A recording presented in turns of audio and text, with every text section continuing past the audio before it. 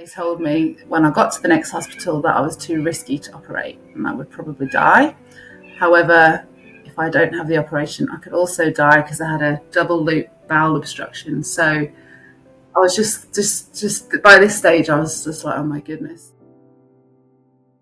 Hi, my name is Alli Bannister. I live in Perth, Western Australia. I'm originally from the UK. I was diagnosed Christmas 23 with LAMN cancer, which is low-grade appendiceal mucinous cancer, which had spread to pseudomyxoma peritonei, which is PMP, both rare cancers. After the shock diagnosis in 2023, 24 I would describe as a blur really of looking into different sorts of treatments, and it was a lot on our family because we live in Australia away from family and friends, but it really just pulled us together actually as a family, and it gave us strong whys and reasons for living in the future. So out of it has come like a beautiful new lease for life. I think at the beginning of 23 I started noticing symptoms, although in reflection I've had them for years: IBS, bloatedness, but things started getting worse. I was constipated. I was having to open my bowels by doing coffee enemas, which is pretty crazy. I would sometimes be doubled over in pain, unable to walk. I was having stabbing pains. I remember the first time I was eating some fermented cream, and I started getting stabbing, gnawing pains over my gallbladder. And I thought, must be a gallbladder issue, because my background is as a nurse practitioner. So my medical brain is trying to figure out what's going on, and I couldn't. And so I kept going to the doctors, asking for tests and bloods and scans, and I was scanned, but nothing was ever found. And in the end, I went back. We've moved interstate, and I think a lot of the symptoms were muddled into that: fatigue, a very sharp increase in weight, and then a sudden drop down. And to me, these are all red flags: constipation, a change in bowel habit, unexplained weight loss or weight gain. And I went back to the doctors. We moved in September 23 to Perth from Victoria, another state. And I went back to the doctor and said, it's not normal. Sometimes I can't walk.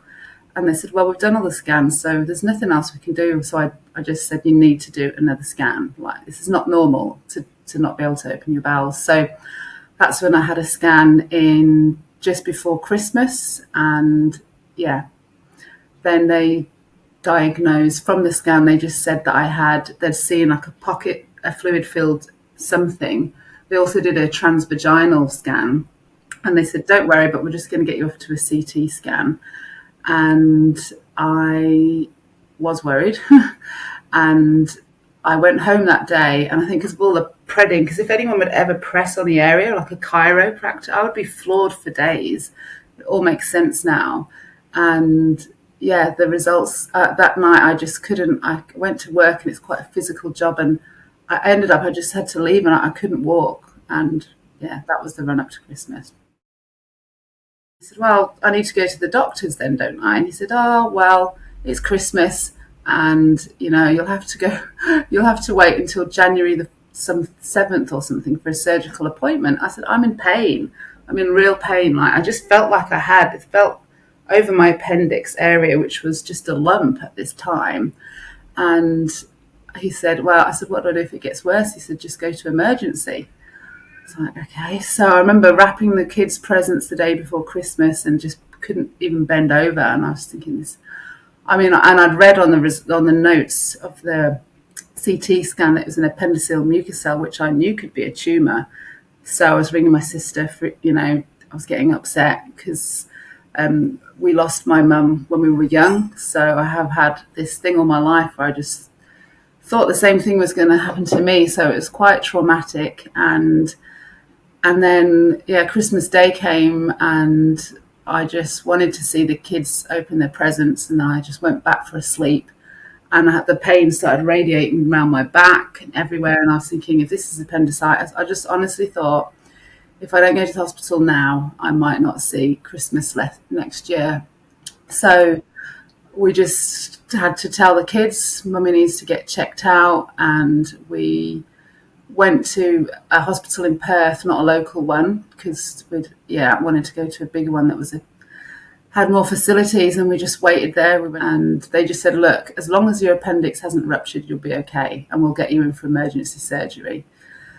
So I was waiting for emergency surgery, and so suddenly Christmas Day, I'm suddenly in a hospital ward, and the kids, Tom went home, and they didn't get me in that day, they didn't get me in the next day, and then the next day on the 27th, they just woke me up early in the morning and said, right, we're going to a different hospital for surgery. And I said, I want to go to this hospital. And they said, no, we're going back to where you live, to this smaller hospital, which I wasn't so keen on because I knew the surgical team wasn't as big. They said that we're on skeleton staff, if you don't go today, you're not going to get it done. And other emergencies keep coming in. So I just remember feeling really scared because I thought, I'm going to surgery and I'm not even going to see my kids or Tom. And so I went over and had the surgery in my local hospital. I remember waking up and saying, had it burst? Had the appendix burst? And they said, the surgeon will come and talk to you. And when I got back to the room, Tom was there. Tom was there and the kids, and the surgeon just came straight away. And I remember thinking, this isn't good. And she just straight away came out. But she said, maybe get the kids to sit outside. So we put them outside with headphones and earphones because we'd just moved here from another state. We'd met a few good friends, but it was Christmas and we haven't got any family here. So, that wasn't that nice. And they just said, she said, just came out. They said, we found cancer. Your appendix had ruptured. It's all over your abdominal cavity. It's over your ovaries. It's on your diaphragm. It's on your liver. It's on your stomach lining. And I thought, well, that's metastasized because it's not in just one location as a primary. And she said, we don't know what it is. It's either bowel adenocarcinoma or LAMN. I was scared and I just couldn't believe it. But at the same time, I could believe it because of all my symptoms. And it was like, well, now I know. I was just scared. I was scared for my kids. And I mean, she said to me at the time, LAMN, her words were, if you want to get one, LAMN is the better one. And I was like, okay. So, but she just said to me, it's metastasized just inside your abdominal cavity. It's rare, but it does happen that it goes out. I'm a nurse by trade, so I should, I'm saying all the right terms and still wasn't listened to. But I would say for anyone else, my sister came over. She's medical. She flew straight on a plane to come and look after me at Christmas. It was amazing. And we both said, it's crazy that we're both in the medical profession, yet we're having such a battle here. So I would say for anyone, don't just take one opinion. And we just researched and found out that there's only 5 surgeons in Australia that will perform a peritonectomy operation. I just thought there has to be some sort of other way that at least I can prepare my body for this surgery. And the wait list for it was months because obviously there's only 5 surgeons and I had 3 options, and that he doesn't just do peritonectomies and he has to factor in such a whole day. It's a lot of prep for this type of operation. So the operation wouldn't have been till May anyway, which was a long time to wait. So my friends and loved ones just wrapped me up and they did a GoFund page, and I was looking at different options like Hope for Cancer in Mexico and Veritalife in Thailand, and I ended up going to Veritalife and having some treatment out there. So an integrative approach. They use low dose chemo rather than IV, so it's not as much an assault on your body, but you can have really good outcomes. And I had local and full body hypothermia, and where they heat up the areas in your body and try and put you into like a high temperature to kill any cancer cells. I had intravenous IV drips of vitamin C, full of antioxidants and curcumin, and we just tried to reduce things that way. Yeah, that was my first approach.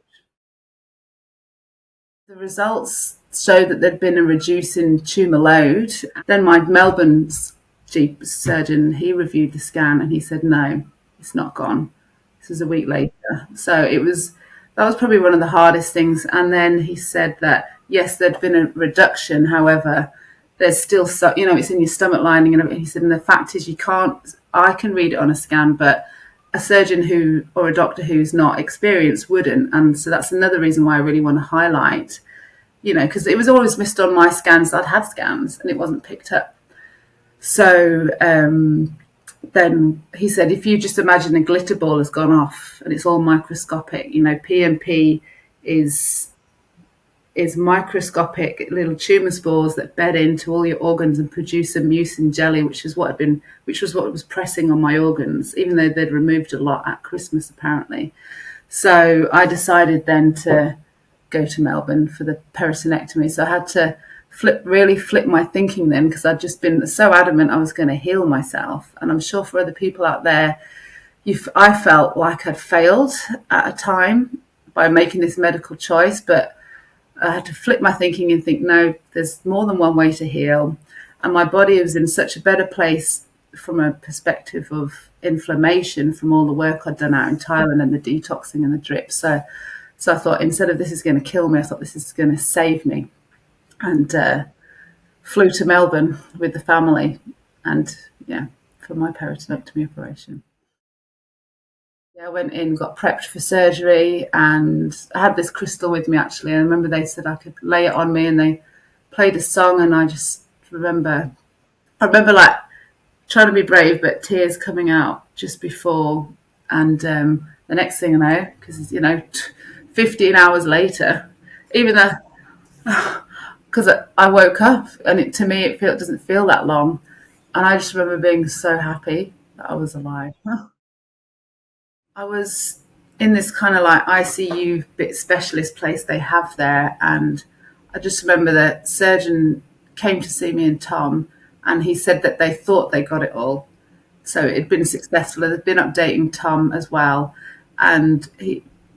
but obviously we don't know until I did have some scans in September because I was readmitted with bowel obstruction, but he said that it's too early to tell, really. So I'll have scans yearly, and bloods don't really show things anyway. But I've taken the lead, and I do my own bloods anyway, where I look at my own inflammation markers and just to try and keep track. So I wait a year and then you find out. But if it's hidden anyway, because it's a slow-growing tumour. They think it was in me actually 5 to 7 years before I was even diagnosed. So you're under about a 10-year time where you get scanned every year. And so I wait till July and August this year, really, and I'll find out. But I'm kind of living my life like it's gone. Yeah, and believing it that way. I felt like I was handling things a lot. Well, but it was when I was readmitted in September with I got ambulanced in with bowel obstruction, and again I had not a nice experience in hospital, and I was told I needed emergency surgery in the middle of the night, but they couldn't do it at the local hospital where I had it last time, so they were going to take me over to the other hospital, and I got there and I just thought again, this is happening again, and I'm not going to see my children or Tom. But this time I wasn't in a great position, right? Because I was so close to my operation. It was like less than 2 months. I think it was it was about 6 weeks after. And then they told me when I got to the next hospital that I was too risky to operate and I would probably die.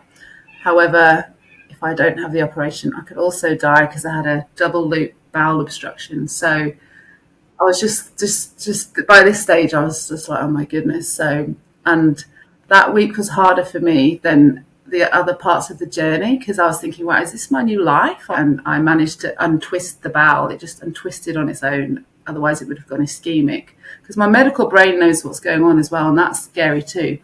And I came out of it. And so that was probably the most emotional time of my journey so far. And I kept having bowel obstructions till January this year. And now I'm managing them as much as I'm managing it holistically. I think this whole experience has sorted my mental health out, actually, because for years I was so scared of cancer. And then I was like, oh my God, the worst thing I've ever been scared of that happened to my mum is happening to me. At the age she died, it was all like, this is just all and so first of all, I stumbled across, because of pain, I wanted to do things naturally. I went to the local doctor, and you can get CBD over here. And I started taking that, and instantly my anxiety level, I was chronic anxiety like 4 years before. And I've been working on it, and I'd got to quite a good place before this operation. I was like, I was in the best place I'd been before I got diagnosed, mentally wise. But then, so that helped me. And I've just done so much work this year on myself, last year, of meditating and being out in Verita Life in Thailand. They're so positive, and they give you hope. And people on Instagram, they gave me hope, some people, which is why I started my own page, because I want to give that hope back. Like, they literally carried me through, because I could see people living and thriving after cancer. So that helped me. And I guess, like I said before, I just have a really strong why now. And since I've stopped having bowel obstructions, I wake up every day as a gift. Having a cup of tea is a gift, and just being with my kids. So that and Tom and I, both of us now have just this new passion for a life where we want to live it together and things. And it's just brought us up, like, in a positive way. And, you can't really knock me down much further. So it's happened, and we're just in a better appreciation of life, I think, really. And that's just helped on both of our mental health. It was difficult because I was so aware of the devastating effects it can have on someone's mental health. Like myself, when I was young and my mum died, and there was no follow-up of just these three, and we had two sisters.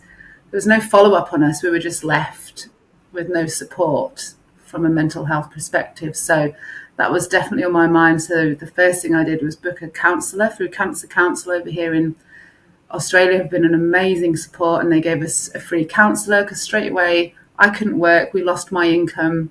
Tom could hardly work because he was a carer. They were just so helpful, and they gave us advice, and they said, go be honest, but let them lead you with questions. And they said, go on a walk. So we went on a walk to tell them. It was just really surreal. But I'd just started CBD as well, so I felt in such a much more calmer state. It was like, this is really happening. Am I going to tell my children I've got cancer? It's weird. And Tabby she cried, Tabitha, and Leo just looked at me and he said, are you going to be okay? And I said, I can't remember what I said, but I said, that's the plan. And he just went, okay, mummy, and skipped off. And it was beautiful, because I thought, he's not been touched by that. So, but Tabitha is very much an old soul, and was a lot more aware of, what was going on. Like, I had a bed rail, so she knew things were tough. And so I got her to see that counsellor as well. Just always keep hope, because that keeps you going. And, I think your body listens to you. And so if you keep that positive mindset and just find out all your options, don't just take your first opinion, and lean on the community around you, because we did that. We didn't have a community around us, but it blossomed through this. The kids are at Montessori school, and everyone just wrapped us up. And don't think you're alone. Contact your local services. They kept trying to tell me statistics. I thought, well, I'm not a statistic, and I've seen there's many ways to heal. Diet, water, you drink, just seeking out people around you can help you. And I always remember my Thailand oncologist saying to me, I said to him at the end of one conversation, because I said, I've always wanted a doctor who can hold my hand, who can talk to me and hold my hand, and I feel like I've got that with you. And we had a hug. And yeah, it's finding a partnership, I guess. Even as a nurse practitioner, you need to trust who is going to operate on you or is going to give you treatment. It's a partnership, and you have a choice. Don't just, if I'd have listened to my WA surgeon, I would have gone in, I would have had out of date practice, I would have had bits removed that didn't need to be removed, and I don't want any other one person to have to go through that.